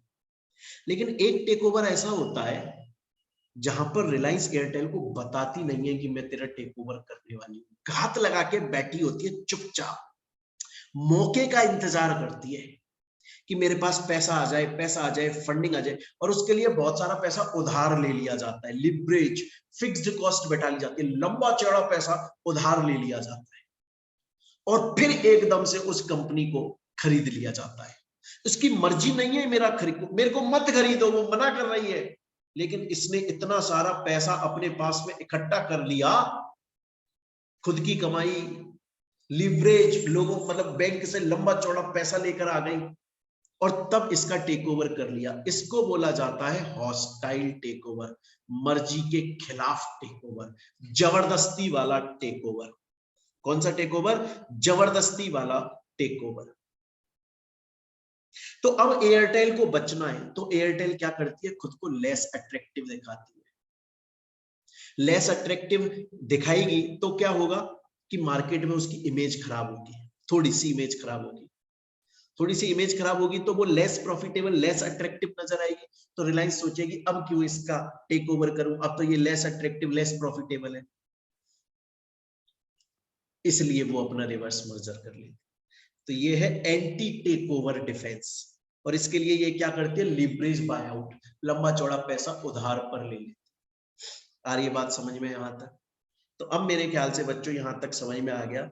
ये आपके शॉर्ट नोट के लिए मैंने बताया है, इस पर एग्जाम में शॉर्ट नोट आ जाता है कभी कभी। स्टूडेंट बोलता है सर सब कुछ समझ में आ गया, आपने मुझे समझा दिया, मर्जर का मतलब क्या होता है? मर्जर का मतलब है जब 2 या उससे ज्यादा कंपनी साथ में मिलकर काम करने लग जाती है, उसको मर्जर बोला जाता है। पर सर मैंने सुना है मर्जर एक एब्जॉर्प्शन से भी होता है और एक कंसोलिडेशन से भी होता है। हम उसको अगर और देसी भाषा में और सिंपल भाषा में बोले तो हम इसे ऐसा बोल सकते हैं, amalgamation, amalgamation in the nature of merger. Meaning में समझा दूंगा ऐसा हम क्यों बोलते हैं। और दूसरे वाले को मर्जर थ्रू कंसोलिडेशन को amalgamation in the nature of purchase. ऐसा क्यों बोलते हैं वो मैं बता देता हूं।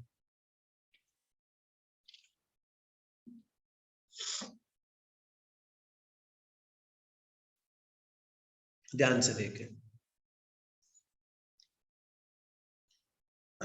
मैंने आपको बोला मर्जर थ्रू एब्जॉर्प्शन क्या होता है, इसका मीनिंग तो मैं पहले ही समझा चुका हूं कि सपोज कीजिए एक कंपनी है मोटू पतलू कंपनी लिमिटेड और एक दूसरी कंपनी है Mickey mouse. Merger through absorption का मतलब क्या है कि ये इसके अंदर एब्जॉर्ब हो जाएगी, मतलब इसकी एग्जिस्टेंस खत्म हो जाएगी, मतलब इसका नामो निशान नहीं रहेगा। देखो मोटू पतलू कंपनी लिमिटेड खुद चलती थी अलग, मिक्की माउस कंपनी अलग चलती थी। Motu Patlu company Mickey mouse में मर्ज हो गई और अब मोटू पतलू की एग्जिस्टेंस नहीं रही। मर्जर थ्रू एब्जॉर्प्शन, क्या मतलब हो गया इसका? Merger through absorption. आ रही है मेरी बात समझ में? और एक होता है मर्जर थ्रू कंसोलिडेशन। इसका मतलब क्या होता है? इसका मतलब भी मैंने आपको समझाया था। एक वोडाफोन कंपनी है, एक आइडिया कंपनी है, उन दोनों ने अपनी एग्जिस्टेंस खत्म कर ली और एक नई कंपनी बना ली VI। तो अगर आप देखो मर्जर थ्रू कंसोलिडेशन जो मैंने आपको एक्सपांशन में समझाया था, ये उसका अमलगमेशन पार्ट हो गया और ये उसका एब्जॉर्प्शन पार्ट हो गया। यहां तक समझ में आ गया? एग्जाम में आपके कभी कभी क्वेश्चन आ जाता है बच्चों टाइप ऑफ मर्जर समझा दो कि कितने टाइप के मर्जर है। मैं आपको समझा देता हूं। आप अपना स्टडी मटेरियल अगर देखेंगे तो उसमें लिखा हुआ है 5 तरीके के मर्जर होते हैं, पर मैं सच बताऊं आपको एक्चुअली में 3 होते हैं मर्जर। उसने 5 बताए, क्यों बता दिए? क्योंकि 2 मर्जर ना सब मर्जर होते हैं, वो उसने मेन मर्जर में ही ले दिया है स्टडी मटेरियल में। बट वो मैं आपको अच्छे से समझाऊंगा कहानी बता के, एग्जाम्पल से बताऊंगा। देखिए एक कंपनी है जिसका नाम है ABC, ऐसे ले लेते हैं। एक कंपनी है जिसका नाम है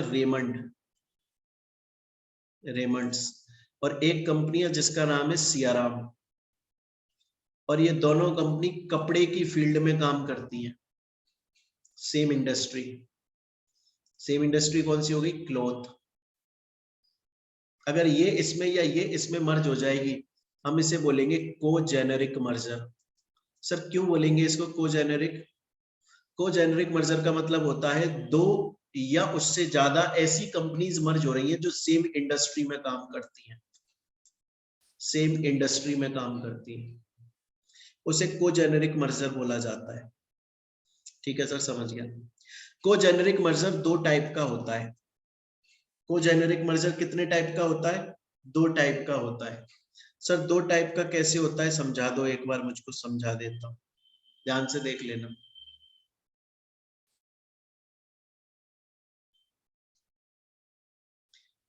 ABC company, XYZ company, CPT company,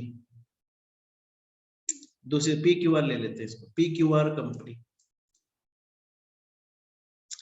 ये मैन्युफैक्चरिंग करती है, ये रॉ मटेरियल सप्लाई करती है, ये मार्केटिंग का काम करती है। तीनों कपड़े की फील्ड में काम करते हैं। एक कंपनी है CPT लिमिटेड, ये मैन्युफैक्चरिंग करती है क्लोथ की। ठीक है, अगर CPT लिमिटेड और XYZ लिमिटेड का मर्जर हो जाता है तो मुझे बताइए क्या CPT लिमिटेड और XYZ लिमिटेड दोनों की इंडस्ट्री सेम है? जी हाँ, कपड़ा। पहला सेम। दूसरा, क्या दोनों की फील्ड भी सेम है? जी हाँ, दोनों ही कपड़े की मैन्युफैक्चरिंग करते हैं। हॉरिजॉन्टल मर्जर, दोनों समान लेवल पर है, दोनों सेम लेवल पर है। ऐसे ऐसे दिखा देता हूं, ऐसे हॉरिजॉन्टल मर्जर दोनों सेम लेवल पर है, मतलब XYZ और यहां पर आप CPT को ले लो, दोनों सेम लेवल पर है। तो अगर ऐसी कंपनियां मर्ज हो रही हैं जिनकी इंडस्ट्री तो सेम है प्लस फील्ड भी सेम है, प्लस फील्ड भी सेम है, मतलब दोनों ही मैन्युफैक्चरिंग का काम कर रही है, उसे बोला जाता है हॉरिजॉन्टल कोजेनेरिक मर्जर। हॉरिजॉन्टल है ना, दोनों समान है, दोनों समान है। लेकिन अगर सीपीटी का मर्जर पीक्यूआर के साथ या एबीसी के साथ हो जाता है, या मैं ऐसे बोल दूं XYZ का मर्जर पीक्यूआर या एबीसी के साथ हो जाता है, या इसका इसके साथ या इसका इसके साथ हो जाता है। तो ये वर्टिकल मर्जर है जिसमें इंडस्ट्री सेम है, इंडस्ट्री सेम है कपड़ा, लेकिन फील्ड अलग है। कोई मैन्युफैक्चरिंग करती है, कोई मार्केटिंग करती है, कोई रॉ मटेरियल सप्लाई करती है। अगर इंडस्ट्री और फील्ड दोनों सेम है तो हॉरिजॉन्टल कोजेनरिक। अगर सिर्फ इंडस्ट्री सेम है, फील्ड अलग है, फील्ड का मतलब क्या है, marketing, manufacturing, raw material, field का मतलब अगर ये अलग है तो वर्टिकल। वर्टिकल हो गया ना, खड़ा हो गया वर्टिकल। अब देखिए वर्टिकल हो गया ना, यहाँ पे ये इसके साथ जा रही है, ये इसके साथ, वर्टिकल हो गया। तो मैंने आपको बताया कोजेनरिक क्या हो जाता है, और ये पूरे एग्जांपल मैंने लिखा हुआ है, हॉरिजॉन्टल और वर्टिकल भी समझा दिया। नेक्स्ट आता है कॉन्ग्लोमेरेट मर्जर। कॉन्ग्लोमेरेट मर्जर का मतलब होता है, कॉन्ग्लोमेरेट मर्जर का मतलब क्या है, कॉन्ग्लोमेरेट मर्जर का मतलब होता है ऐसी कंपनियां मर्ज हो रही है जिनका एक दूसरे से कोई रिलेशन नहीं, ना कस्टमर वाइज रिलेशन है, ना सप्लायर वाइज रिलेशन है। जूते की कंपनी और बोतल बनाने वाली कंपनियां मर्ज हो रही है, लेना देना ही नहीं है एक दूसरे का। एजुकेशन फील्ड की कंपनी और बोतल बनाने वाली कंपनियां मर्ज हो रही है, लेना देना ही नहीं है। कौन रॉ मटेरियल सप्लाई कर रहा है, दोनों का एक दूसरे से कोई लेना देना नहीं है, दोनों बहुत अलग अलग फील्ड में काम करती है। इसे बोलते हैं कॉन्ग्लोमेरेट मर्जर। रिवर्स मर्जर मैंने अभी अभी आपको समझाया बच्चों। स्टूडेंट बोलता है सर यहां तक आपने हमको जो पढ़ाया है वो पूरा अच्छे से समझ में आ गया है। तो बच्चों अब ये नेक्स्ट क्लास में आपको जो लूंगा इस चैप्टर की, आपका स्टडी नोट 8, इसकी जो नेक्स्ट क्लास हम लेंगे उसके अंदर आपका थ्योरी का कुछ पार्ट बच गया है, उसको सॉल्व करेंगे, और फिर आपके सभी प्रैक्टिकल क्वेश्चंस को जो स्टडी मटेरियल के अंदर इलस्ट्रेशंस दिए हैं उनको हम सॉल्व कर लेंगे। स्टूडेंट्स मेरे पास में बहुत बार, अच्छा दूसरी बात, आपको नोट्स मिल चुके होंगे। अगर आपने मेरे से क्लासेस परचेज की हुई हैं तो नोट्स मैंने ऑलरेडी आपको दिए हुए हैं। अगर आप किसी सोशल मीडिया प्लेटफॉर्म पर इस वीडियो को देख रहे हैं तो वीडियो के डिस्क्रिप्शन में एक टेलीग्राम चैनल का लिंक है, वहां पे जाके आप टेलीग्राम चैनल को ज्वाइन कीजिए और नोट्स डाउनलोड कर लीजिए। दूसरी बात, अगर आपको क्लासेस परचेज करनी है बच्चों इस सब्जेक्ट की, एसपीएम एंड बिजनेस वैल्यूएशन, तो इस नंबर पर आप कॉल, व्हाट्सएप या टेलीग्राम कुछ भी कर सकते हैं, मेरी टीम आपको रेस्पॉन्स दे देगी। अगर आप दिसंबर 2022 या जून 2023 के लिए क्लासेस परचेज करना चाहते हैं तो इस सब्जेक्ट की मात्र फीस है 3500, सबसे लीस्ट फीस है ये। इससे कम में शायद कोई नहीं बेच रहा होगा मेरे ख्याल से। आप उसमें क्वालिटी एजुकेशन, एक एक चीज को एग्जांपल से समझाया जाता है। और अगर आप जून 2022 में अपना अटेम्प्ट देने वाले हैं जो अभी आ गया, तो हमारा आपके लिए ऑफर चल रहा है, मात्र 1500 रुपए, 1500 रुपए में फुल 100% कोर्स आपको मिलेगा। पूरा 100% कोर्स मात्र 1500 रुपए में आपको मिलेगा। तो बच्चे अगर आपको खरीदनी है क्लासेस तो इस नंबर पर कॉल, व्हाट्सएप या टेलीग्राम पे मैसेज कर सकते हैं। चलिए बाकी का हम अपनी नेक्स्ट क्लास में कंटिन्यू करेंगे। Thank you.